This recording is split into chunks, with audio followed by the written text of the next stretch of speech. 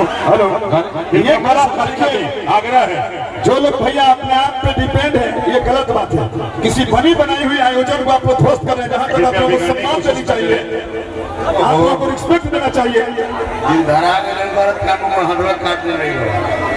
कृपया मंच को खाली कर दे भाई। पूरा चलिए, उतरिए, मैं भी कर रहा हूँ, उतरिए आप लोग, चलो उतरिए।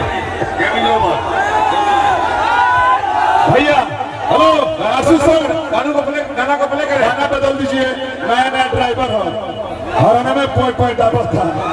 एक बार बजाइए।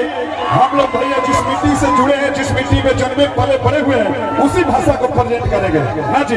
तो मैं चाहूंगा एक बार एक्ट्रेस काजल राज भोजपुरी जगत से और भोजपुरी भाषा से काफी पॉपुलर है, तो जिस उपलब्धि से इन्होंने अपनी पहचान डाल रखी है सोशल मीडिया पे, वही हम लोग इनके अंदाज देखेंगे।